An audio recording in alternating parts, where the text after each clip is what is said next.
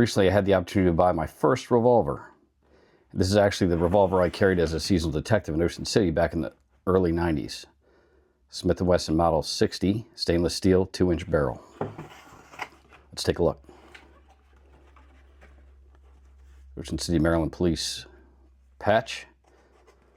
All the original paperwork is in the box here still.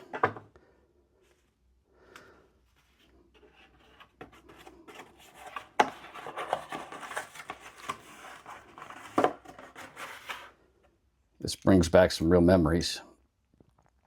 For 2 summers, I carried this pistol as a sworn Ocean City Police detective, believe it or not. Got me thinking, would you guys rock a revolver today?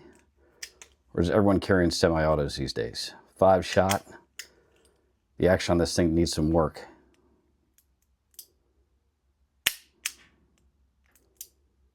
Ugh, gritty.